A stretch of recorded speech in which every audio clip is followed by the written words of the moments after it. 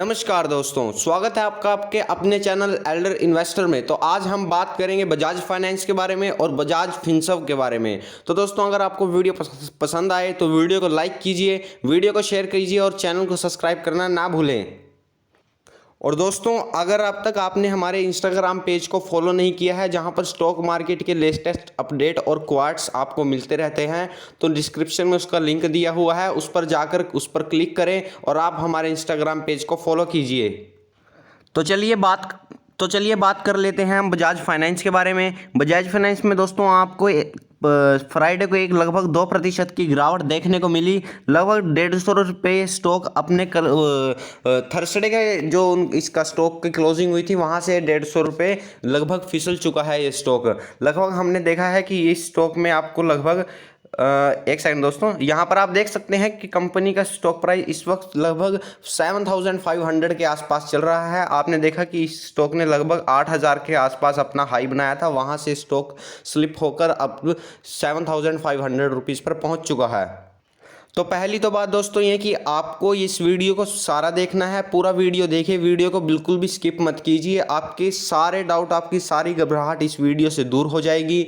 और वीडियो को लाइक करना तो बिल्कुल मत भूलिए। तो यहाँ पर हम बात करेंगे कि जब से आपने देखा है कि जो बॉन्ड मार्केट है, यहाँ पर जो बॉन्ड यील्ड है यूएस की, यहाँ पर हम यूएस की 10 ईयर बॉन्ड, आप 10 ईयर बॉन्ड यील्ड यहाँ पर आप चेक कर सकते हैं नेट पर, वो लगभग अब इंक्रीज होनी शुरू हो चुकी है। इसका इंक्रीज होने से स्टॉक मार्केट के जो प्राइस एक्शन है, जो वो उसके अंदर जो लिक्विडिटी है उस पर थोड़ा इफेक्ट पड़ता है, क्योंकि अगर वहाँ के बॉन्ड इंक्रीज होते हैं तो इसका मतलब ये है कि जो लिक्विडिटी, जो लगभग आप ये लगा सकते हैं, जो कई लोगों को जो जहाँ पर एफडी पर इतना इंटरेस्ट नहीं मिल रहा था, उनका इंटरेस्ट बॉन्ड मार्केट में ज़्यादा इंक्रीज होने लग जाता है। क्योंकि वहाँ पर आपको मान लीजिए जैसे वहाँ पर एक 8% से 9% के वहाँ पर आपको फिक्स्ड इंटरेस्ट रेट मिलते हैं, तो उन्हें अब आप एक बात बताइए, एक जगह आपके 12 से 15% के रिटर्न मिल रहे हैं, जहाँ पर एक रिस्की चीज़ है। और वहीं आपका एक बॉन्ड यील्ड है, जहाँ वो अगर वो इंक्रीज करेगा तो जो पैसा, जो लिक्विडिटी, जो कई एनआरआईज हैं, कई एचएनआईज हैं, वो अपना पैसा वहाँ पर इन्वेस्ट करेंगे बॉन्ड मार्केट में, क्योंकि उनके लिए वो ज़्यादा सेफर है। क्योंकि अगर आपके पास 500 से 1000 करोड़ रुपए है तो आप उस पर रिस्क नहीं लेंगे। पर जब तक बॉन्ड यील्ड कम है, तब तक मार्केट में कोई घबराने की आवश्यकता नहीं है। वैसे मैं आपको एक बात बताना चाहूँगा कि कभी भी बॉन्ड यील्ड इंक्रीज करती है तो इसमें आपको कोई घबराने वाली बात नहीं है, क्योंकि ये एक बार इंक्रीज करती है फिर ये डाउन हो जाती है। आपको याद होगा जब सेकेंड वेव ऑफ कोविड आई थी, उसके थोड़े दिन पहले बॉन्ड यील्ड यूएस की बॉन्ड यील्ड लगातार इंक्रीज हो रही थी, जो 1.7 तक पहुंच चुकी थी। तभी मार्केट में एक फियर था कि शायद मार्केट यहां से करेक्शन दे दे, पर फिर धीरे धीरे जिस तरह मार्केट में एक हल्की फुल्की करेक्शन आई, उसके बाद जो कि सेकेंड वेव ऑफ कोविड के कारण आई थी, पर उसके बाद आपने देखा कि मार्केट ने और हाई अपना बनाया। तो ये बजाज फाइनेंस और बजाज फिनसर्व में आपको एक करेक्शन हल्की फुल्की, ये भी बिल्कुल ये करेक्शन नहीं माना जाएगा, ये आपको लगा सकते हैं कि 1-1.5-2% की आपको यहाँ पर गिरावट देखने को मिली है। बजाज फिनसर्व में हम कहेंगे कि तो आपको हल्की फुल्की ज़्यादा गिरावट देखने को मिली है। तो ये एक रनिंग करेक्शन है। रनिंग करेक्शन मतलब अगर मान लीजिए कोई स्टॉक ऊपर जाता है तो वो हल्का फुल्का नीचे आता है। इसका सिर्फ और सिर्फ इस गिरावट का एक ही कारण है कि सैटरडे को कि फ्राइडे को मार्केट में बजाज फाइनेंस के स्टॉक के लिए डिमांड कम थी और सप्लाई ज़्यादा थी, इसलिए स्टॉक के प्राइस में आपको गिरावट देखने को मिली। और इसी तरह दोस्तों ये मार्केट वर्क करता है। अगर आप इसके वर्क करने से घबरा जाएंगे कि मार्केट में मान लीजिए आपने स्टॉक 8000 रुपये पे लिया था, अगर आप एक लॉन्ग टर्म इन्वेस्टर हैं तो आपको हमेशा एक चीज़ सोचनी चाहिए। देखिए, मैं आपको आप भूल बहुत जल्दी जाते हैं कि आप मार्केट की हिस्ट्री को ज़रूर पढ़ा करिए। जब ये स्टॉक 5800 से लगभग 4400 आया था, तो जिसने भी ये 5800 पर इस 5800 पर इस स्टॉक में इन्वेस्ट किया था, उसको भी आज एक लगभग बहुत अच्छा प्रॉफिट बन रहा था, लगभग जब इस स्टॉक 8000 के आसपास था। और यहीं हम बजाज फिनसर्व की बात करेंगे। जब बजाज फिनसर्व का स्टॉक 12000 से गिरकर जब 9000 पर आ चुका था, अभी दोस्तों ये लगभग आप 4 महीने पहले की बात है, तब भी मार्केट में एक फीड था कि ये स्टॉक शायद और ना गिर जाए। पर उस वक्त जिसने भी ये स्टॉक 5000 पर खरीदा था, जब 5800 रुपये से ये गिरा था, या 4800 या 4400 तक ये स्टॉक आया था, जिसने भी खरीदा तो उसको एक अच्छे रिटर्न बन रहे थे, लगभग 30 से 35% के उसको रिटर्न बन रहे थे। तो आपको हमेशा लॉन्ग टर्म में बिलीव करना है।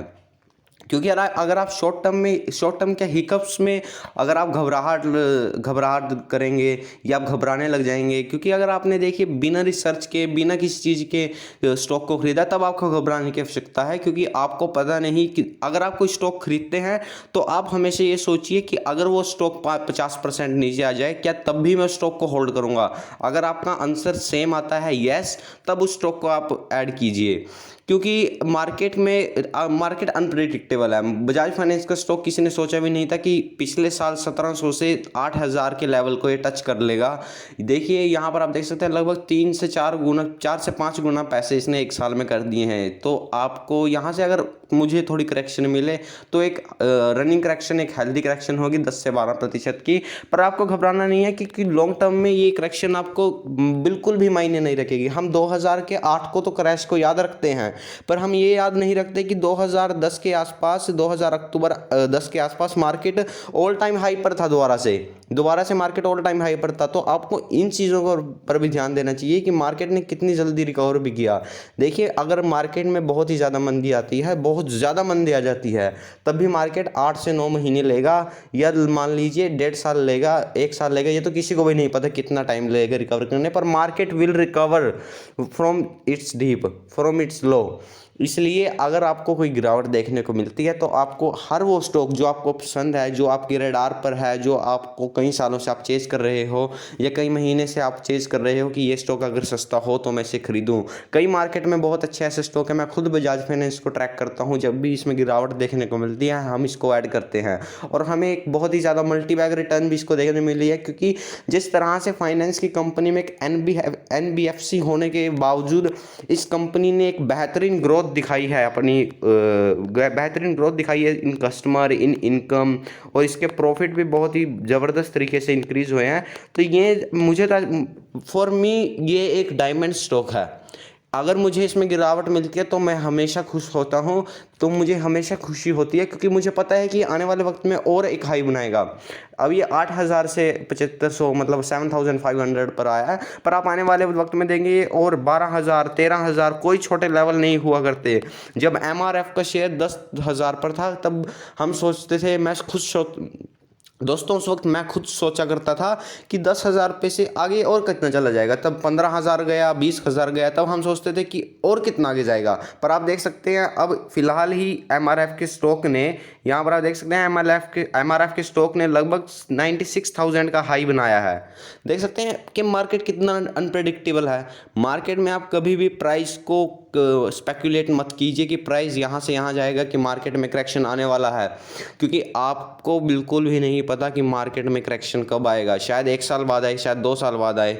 देखिए करेक्शन मतलब क्रैश की मैं यहाँ पर बात कर रहा हूँ कि करेक्शन तो देखिए हर 6 महीने में, हर साल में आता रहता है, पर करेक्शन की बात क्योंकि 10 से 15% की करेक्शन हर 4 साल में एक बार ज़रूर आती है। लगभग 20 से 25% की करेक्शन हर 4 साल में आपको देखने को मिलेगी, और एक क्रैश आपको हर 10 साल में एक मिलेगा। पहले 2008 में हुआ, फिर 10 से 11 साल बाद अब 2020 में हुआ, और पहले 2018 में भी आपको एक हल्की फुल्की करेक्शन देखने को मिल रही थी। वहाँ पर भी बहुत मंदी देखने को मिली मिड कैप और स्मॉल कैप शेयरों में। तो आपको हमेशा क्वालिटी स्टॉक को बाय करना चाहिए, क्वालिटी, क्योंकि अगर आप एक क्वालिटी स्टॉक को ऐड करेंगे तो आपके पोर्टफोलियो में आपको एक अच्छे क्वालिटी रिटर्न देखने को मिलेंगे। इसी तरह हम बजाज फिनसर्व की बात करें तो बजाज फिनसर्व में आपको लगभग एक 3.5% की गिरावट देखने को मिली। बजाज फिनसर्व के स्टॉक देखिए आप 9,000 का था या अभी फिलहाल में स्टॉक, और कहाँ पर इसने एकदम उछाल दिखाया है, लगभग 18,000 के आसपास, 18,000 से अभी 17,000 के आसपास आ चुका है। तो आपको घबराने वाली बात नहीं है, क्योंकि अगर आप घबरा जाएंगे तो आप रिटर्न कैसे कमाएंगे, क्योंकि रिटर्न ही तो आप देखिए, रिटर्न और पोर्टफोलियो रिस्क रिवॉर्ड रेशो सिर्फ और सिर्फ आपके हाथ में है। मैं मानता हूँ बजाज फाइनेंस का स्टॉक महंगा है, पर क्या से 5 साल बाद भी वो इसी स्टॉक यहीं पर आएगा? क्या आपको लगता है जिस तरीके से बजाज फिनसर्व, देखिए बजाज फिनसर्व का स्टॉक इसलिए ग्रो करता है क्योंकि बजाज फिनसर्व के पास बजाज फाइनेंस की होल्डिंग्स है, और उनके पास एक अच्छी खासी होल्डिंग है और उनका खुद का भी एक बड़ा बेहतरीन बिजनेस है। अभी न्यूज़ आई थी कि ये एसेट अंडर मैनेजमेंट AUM में भी अपना कारोबार करेंगे, तो उसमें आपने देखा उसी दिन कंपनी के स्टॉक में लगभग 8-9% की आपको तेज़ी देखने को मिली। तो बजाज फिनसर्व और बजाज फाइनेंस जिस तरह से ग्रो कर रहे हैं, तो मुझे नहीं लगता कि हर लेवल इनके लिए छोटा है, हर लेवल इनके लिए छोटा है। क्योंकि अगर आप देखिए जो आप स्टॉक लेते हैं लॉन्ग टर्म के लिए, अगर आप हर रोज़ उसे चेक करेंगे तब आपके, क्योंकि तब आपके इन्वेस्टमेंट बिहेवियर पर एक बहुत ही आपको बैड इफेक्ट देखने को मिलेगा। क्योंकि अगर आप यहाँ पर लगा सकते हैं, क्योंकि ये जो सवाल है, क्योंकि ये क्वेश्चन है अपना लॉन्ग टर्म का, ये आज और कल का नहीं है। आज और कल में अगर मैं आपको एक फैक्ट्री खोलने के लिए दूं, तो आपको खुद उस फैक्ट्री को एक अच्छे लेवल को पर पहुंचाने के लिए लगभग 10 से 15 साल लग जाएंगे। तो क्या ये आपके गांव या आपके शहर जितनी ये बड़ी कंपनियां ये रातों रात डबल हो सकती हैं? आप अपने आप से ये सवाल पूछिए कि क्या रातों रात ये कंपनियां डबल हो सकती हैं? अगर आपका सवाल आता है ना, तो आपको हर रोज़ स्टॉक प्राइस को देखने की ज़रूरत बिल्कुल भी नहीं है। हाँ जी, अगर आपने मान लीजिए कोई स्टॉक, आप हर क्वार्टर के रिजल्ट एनालाइज कीजिए, उन्हें प्रिडिक्ट कीजिए कि कंपनी ने कैसे क्वार्टर के रिजल्ट निकाले हैं, किस क्या कंपनी के प्रॉफिट मार्जिन सुधरे हैं नहीं सुधरे हैं। जैसे बजाज फाइनेंस में आपको लगेगा कि कंपनी के NPA में क्या बदलाव आया है, कंपनी ने किस तरह से NPA को कंट्रोल रखा है। तो यहाँ पर आपको हमेशा सिर्फ और सिर्फ ग्रोथ और जैसे बैंकिंग सेक्टर है, बैंकिंग सेक्टर में आपको हमेशा NPA देखना चाहिए।